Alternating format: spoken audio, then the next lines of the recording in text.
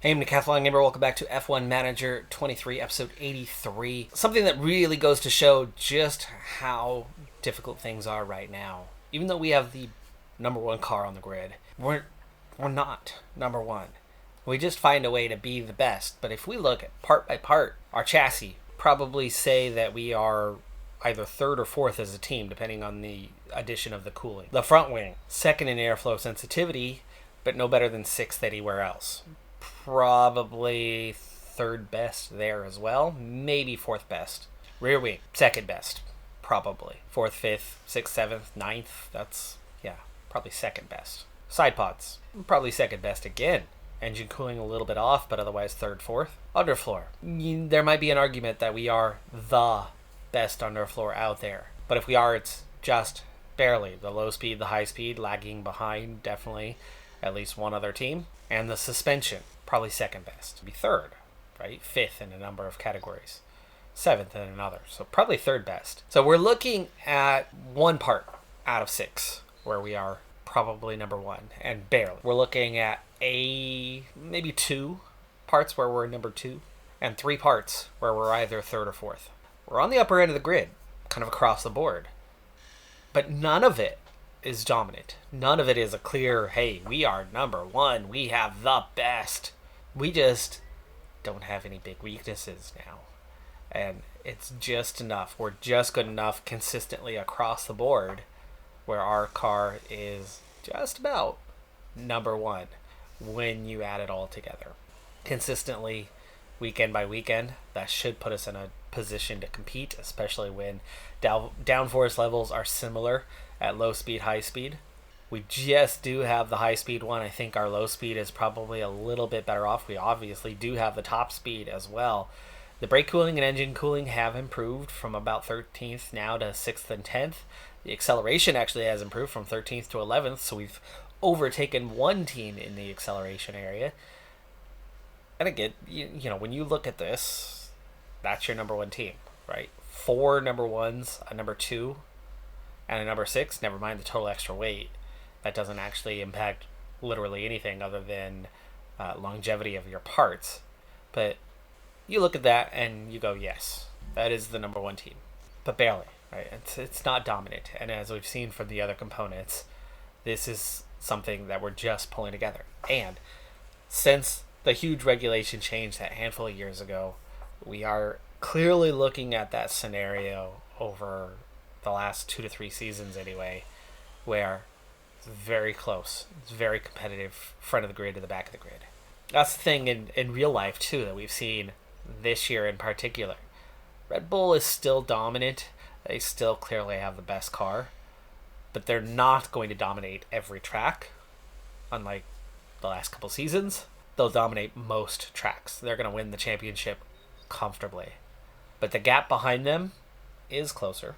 But the gap between everybody else, the other 9 teams, is significantly closer, which is why we're seeing everybody score some points. Now, the first season, everybody scored points. But it's not because they were close to each other. It's because their components, right, the car part details, somebody would have had a really good rear wing, but really bad side pods, really bad underfloor. So they didn't perform at certain tracks, but somewhere where less drag, a really good rear wing could set you up. Williams, perfect example of that one, right? They were the least draggy car, and so they would be dead last, dead last, dead last, finish 8th. Dead last, finish 7th. Dead last, finish 9th. And they would squeak out points. That happened a lot in Season 1 because the teams were all over the place. But as everybody picks up their weaknesses and brings them along, you get a much more balanced, much more competitive field. We have just that slight edge over everybody else on the whole. But individually, the components, none of them put us in a position to go out and be at the right race where having an ideal front wing, ones across the board, or maybe a third somewhere, a dominant front wing, suddenly sets you up to be really good at a particular track. We have none of those scenarios. What we have, of course, is the driver specific. We have weaknesses in our drivers, and there's tracks where those weaknesses show. Monaco, Perfect example, we are terrible on pace at Monaco because it's a driver's track. A track where it's more kart oriented is where we perform better. We've known that for a long time. I don't think we'd had that really perspective of the components themselves and just what puts us on top. There is no dominant parts. It's the sum. And the sum is just barely ahead of pretty much the entire grid. None of the teams are awful. None of the teams are lagging way behind. Good timing, though. Our new car part test center is complete. The upgrade there is complete. We went from pretty poor condition to a 5-star facility, max condition. It's going to give us some nice bonuses. Perfectly timed, too, as we enter the new ATR period and begin our next round of upgrades. I'm really only doing a couple at a time these days, which is helping us accumulate funds more quickly. We're sitting on 30 million right now, but our next upgrade is nearly a $30 million upgrade. And with a couple upgrades about to happen, car-wise, it's still going to be, I'd say, maybe into the turn of July. We might just make it then, but it might be mid-July before we have enough funds to make our next and final car development facility upgrade. That would be the factory, and 28 million. We could just squeak that one out right now, but no, let's not go there. Stay on top of the car first.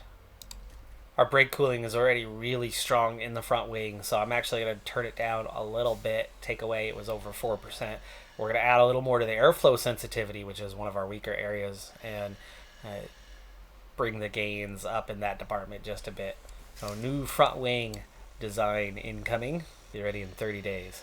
Rear wing with a little airflow sensitivity boost will be the other target. We'll gain 1% for dirty air tolerance, a little bit for cornering, but 3.5% gained for DRS effectiveness, and 0.15 for the top speed, plus a little more acceleration is going to be very welcome.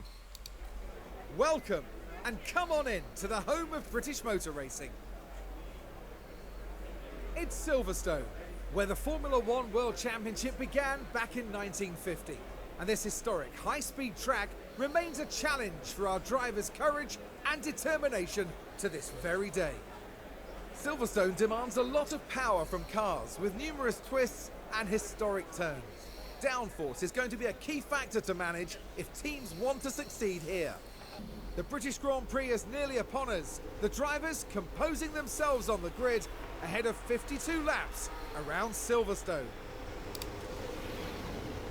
Anticipation is high, and the drivers are ready for this, the British Grand Prix. And it's lights out, and away we go. And we're racing with two very different strategies. Tanaka starting from last on a soft, medium strategy. I want her to try to keep up. I want to give her an advantage and then hang on as best she can. Meanwhile, Flourish, we're going to try to go long. We're going to try to do the opposite. She's going to start on the hards. She's going to go medium. She's going to go faster. If she's competitive early on, if she doesn't drop behind, it's going to be an achievement because she might be one of the only ones out on the is the only one out on the hards. And actually, only a few have even opted for the softs. We're only light by 1 lap worth of fuel. We've also gone with both drivers on brand new components.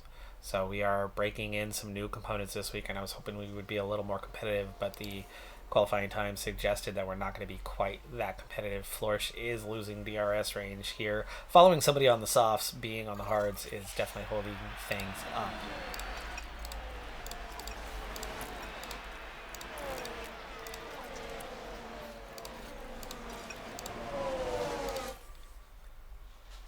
We did manage to get back within a second, though, so if she can hold that, it's going to really help her out here early on. Flourish with a lockup, turn 16. That's not helping anything. That's extra wear. Drugovich already down to last. Not sure what brought him back there. So is Verstappen. So mistakes from both Verstappen and Drugovich. That's a lockup for Verstappen. We're at 17th and 18th, but everybody else, we've been given a little assistance. The field is still generally close to one another. Certainly helps our situation. And Flourish has stayed. Multiple cars have crashed. Several cars have crashed. This is good for us. Not looking good for Charles Leclerc. Leclerc is one of them. The other, the Alpine. That was somebody. That's just a wheel-to-wheel touch, but time loss is going to be the main thing for them.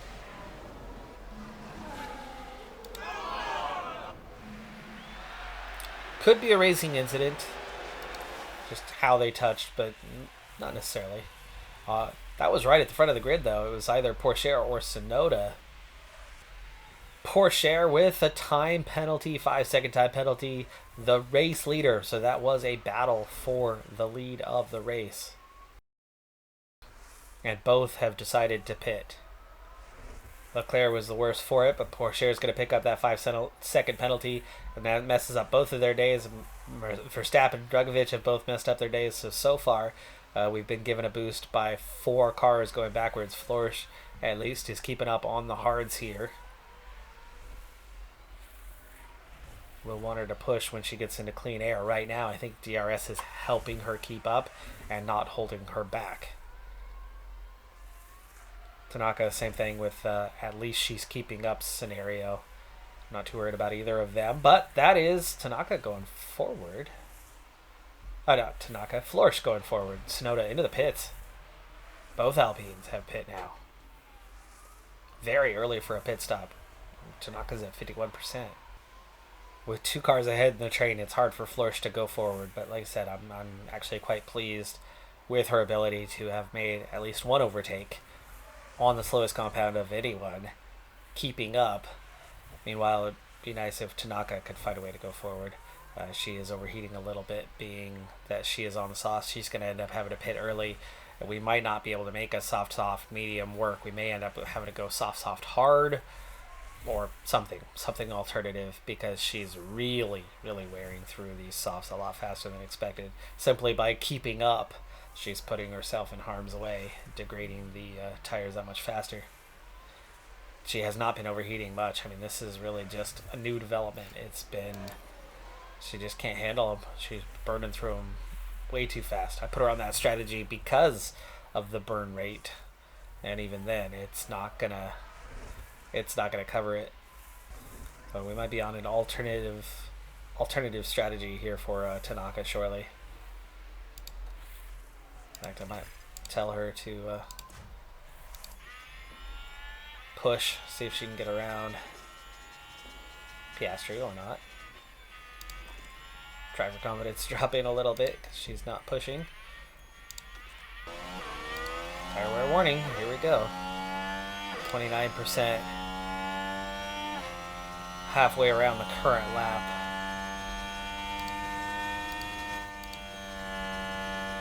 Two laps too early. If I could squeak out one more lap, I'll be 2 laps short. We might still be able to get a soft medium going. No, she's quickly down to 26%. That's happened way too fast. She has to pit this lap. We'll see. We're going to stick with the strategy. She's 2 laps off target. Another round of softs will put her 4 laps off target, which means those mediums would not make it. However, safety car could change all that. Or a VSC could change all that. So, for now, we will stick to the strategy for Tanaka, who's pitting from P14. Not bad. Also, this is one of those tracks where you're cutting out a number of corners. It does help you. You come in here, so you're cutting out 1, 2, 3 corners and a 4th corner. You're taking 4 corners away, replacing it with a single corner. You're shortening the lap a bit. 2.428. Average stop. No time. Struggled to get average stops from our pit crew for a long time. They're so good, but they underperform. We're still 18th. Florsch just lost a position to Piastri. I think she lost DRS. Piastri was behind Florsch. Okay. I do not want to overheat. I'm going to let her bring them up to temperature. It's going to cost her half a second or so, but I'd rather have her get a little more longevity out of these softs, just the way things are going. But we're ahead of Leclerc, Drugovich, at least. That's something. But she's got the 2-stopper. Florsch, the 1-stopper. So Florsch already significantly ahead. Tanaka needs to make up ground here in the next little bit. Dragovic went to the softs. We have another crash. Norris. Oh dear, a crash. Norris just came through twice, past us and Piastri. Haas on the inside of the AlphaTauri. The AlphaTauri does not give him enough room. Pushes him up onto the curb. Piastri. And this is looking better for us all the time. Other than that hole, we've lost 2 positions in the last couple of laps here. Maloney at 31% will be pitting soon. Albin was the other car involved, and no penalty given. That was pretty damn clear. First one was the one that looked like there wasn't much in it. Florsch continuing to go backwards. Now that we're below 60%, she just doesn't have a pace anymore on the hards. That's that threshold where you really start slowing down. So she was fine, she kept up, and then all of a sudden, now she can't. Tsunoda in the Alpine, and we are suddenly 3 seconds behind Norris, who we were just up on, 2 seconds behind Piastri, who we were just ahead of. Well, we were ahead of Norris too, but Norris had just pit. Those that are pitting definitely have extra pace. That much is clear. How bad will these hards hurt us in saving a full extra pit stop? Right now, the advantage is, 18 seconds over Tanaka? About 17 and a half. Lap 22, number of cars pitting. A lot of them coming out on the softs. Lap later, another group of cars pitting, so the medium runners are all pitting right now. Florsch finds herself in 5th place at the moment. Tanaka, even with that early pit stop, undercutting, has not gained much. She's in P14. Now signs to pit. Shows should pit soon. Leclerc runs wide, and Florsch locks up. And then she's going to wait for the whole field to go by. Really? She's going to wait for the whole damn field to go by. She's still waiting. She's still waiting. She's got a huge window here, and she's going to let... There's not even anybody left out there. There's no one left out there, and she's still waiting. Look at these huge gaps that there were. There was a big gap there. There's a huge gap there. She's going to come back out here. Like, she just wasted 20 seconds. Day ruined. Individual mistake from Florsch. Also, she's down to 38%. That's going to leave her well short for the 1-stopper. We're going to have to go soft now for Florsch. So Florsch has completely ruined her day. She's ruined her strategy, and she lost a ton of time. Of course, the rejoin. And we've seen so many cars just rejoin right into traffic and cause another collision. She's so polite that she waits for the entire field to go by and skips 4 gaps before she finally rejoins. Just atrocious stuff. Now finds herself in last place, the final car to pit, but she's now going to have to pit twice, and we're already into the pit window for Tanaka. In fact, she's already down to 43%, so she will pit again here fairly soon, but she will still be ahead of Florsch, one would think, because, you know, Florsch, after her lockup, rejoined the track behind her. Wow, Tanaka has gone much deeper on this last stint. She's just now at 30%. She's just now passing the start-finish line, so we're going to go a little deeper. But in clean air, she's done so much better with her tires that it looks like we will be able to make the mediums work till the end of the race, even though we have not had the benefit of a safety car. But from P14 for this last pit stop, it's going to put her well down the order. Last stop of the day for Tanaka.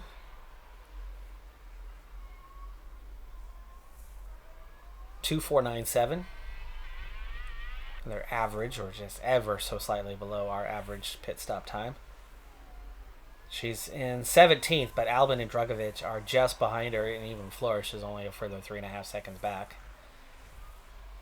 Big gap ahead of us, and we cannot push because it's the same way that we made the softs work. We need to do the same with the mediums to make them work. So an Albin Dragovic overtake is not going to be helpful for her, and of course Albin overtakes her here on the first lap. No surprise about that one. And unfortunately, it's going to put us in a little DRS train that's going to give us some trouble. So let's hope that Drugovich is going to pit soon, and Albin should pit not long after. So I suppose that's not going to be too harsh. Sonoda has already made his second pit. I think Drugovich may have punctured. He was already down at 20%, and we suddenly found him well behind Florsch. Florsch on the softs should have better pace. How's that confidence doing? Still low.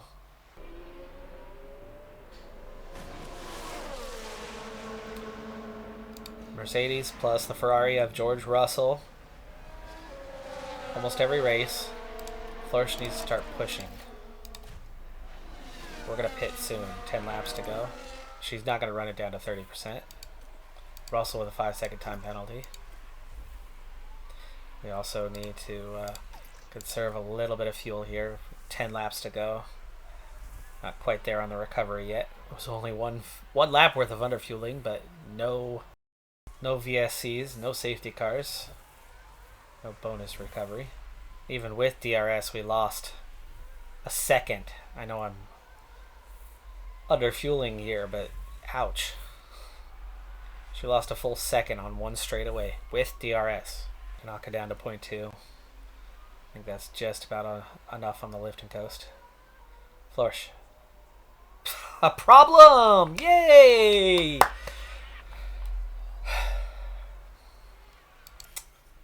Just one of them days. At least we're ahead of Drugovich. But we're not ahead of a single team. We've got to catch Piastri, and it's up to Tanaka 2.5 seconds back to make that happen. Let's go, Tanaka. They're both falling under that threshold. The softs will be impacted more. Florsch. There we go. Feels good. 127. Porsche has had the fastest lap. And Florsch is doing a 126.7 right now. Let's push while she still has some life in those tires. See if she could set the fastest lap. Take it away from Porsche. Alfa Romeo. You can almost not call them competitors now, but AlphaTauri certainly still is, and Hadjar is in 6th. Tanaka has been overtaken by Leclerc. And Florsch's latest lap was a 126.865, so not fast enough. With the push, she's just overheating, cooking her tires, and wearing them out fast. Oh, Maloney has punctured. Maloney has punctured. Leclerc is now just 1.1 behind Piastri. If Leclerc quickly goes by, we might be able to use that to slingshot and get ahead of Piastri and beat one team today. Leclerc coming up on that DRS. We're hoping for Leclerc to go just right on by and drive away. Florsch is now 17th, by the way. She's caught and overtaken Albin. We're ahead of Albin. We're ahead of Drugovich. We're ahead of Maloney. Bad on that part, just 15 seconds behind for her. But that huge mistake and an extra pit stop completely changed her day. Meanwhile, Leclerc is falling back behind Piastri. Now 1.3 behind. Did he do himself? Wondering if we can slingshot Leclerc and then Piastri just after. Final lap. But we had 2 to go. Attack. Loy. Push. Going up the inside of Leclerc. Back into 15th. We're beating a Ferrari, but we're at 1 second down. 1 second down. Neutral. Keep pushing. Close it up. Oh, we still have another lap to go. We still have another lap to go. We are going to take the white flag right now. There you go.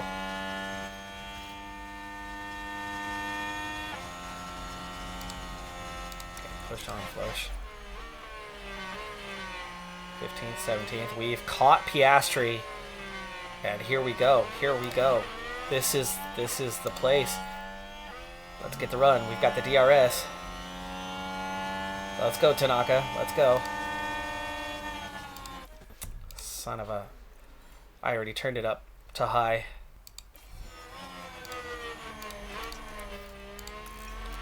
The Haas is barely moving. Is he punctured?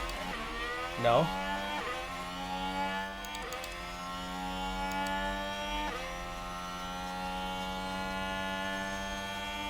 One more DRS zone.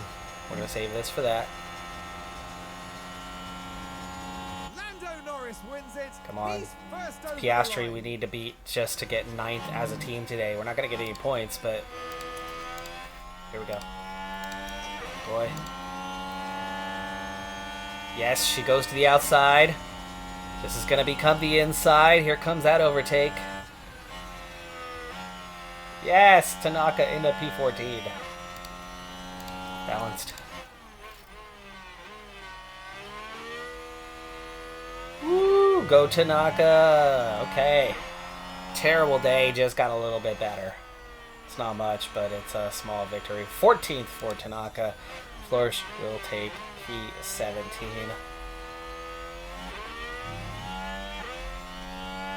Big costly mistake from her today. Where she would have been otherwise, I don't know. I mean, we'd been up around this zone. We were kind of driving with those drivers for a time. We were right behind Norris at the time, but that was right after his pit stop. Hard to say what would have happened with Flourish, but she lost 20 seconds on the mistake.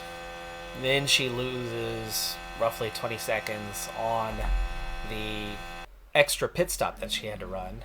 That's 40 seconds lost, but being on the softs made her a little bit faster. So what does that balance out to? I'm thinking she lost a good 30 seconds. So she would have been maybe 11th, maybe 10th. I do think that might have been a missed opportunity. I mean, if Tanaka can get 14th, I think if Flourish doesn't make that mistake, again, I think we'd be about 30 seconds better. So there's 26 of them up to Sargent. So 26 seconds up to Sargent. And if we're talking about 30 seconds better, remember, we gave up 40. But how much actually faster would she would have been? She would have been on mediums versus 2 sets of softs. So, again, I think the time gains on the softs versus the mediums isn't going to be that much. I do think she could have been in this range, somewhere around 9, 10, 11, with those guys who made those mistakes and had been behind us. But you could always play the what-if game. Red Bull still leading. Alpine is second. Bad day for them, but Mercedes, big day there. 225 points now, closing the gap on Alpine a little bit and pulling away from Ferrari, who are fourth. McLaren, Alfa Romeo, and AlphaTauri have been... That was a big 8 points for them. Haas, both are a bit of a reach for us right now. I think really just beating Aston Martin is about all we're capable of at this point, roughly halfway through the season. So that's going to do it for this episode. I'm Decathlon Gamer. Like, comment, subscribe, and I'll see you next time. Have a good one. Be safe out there.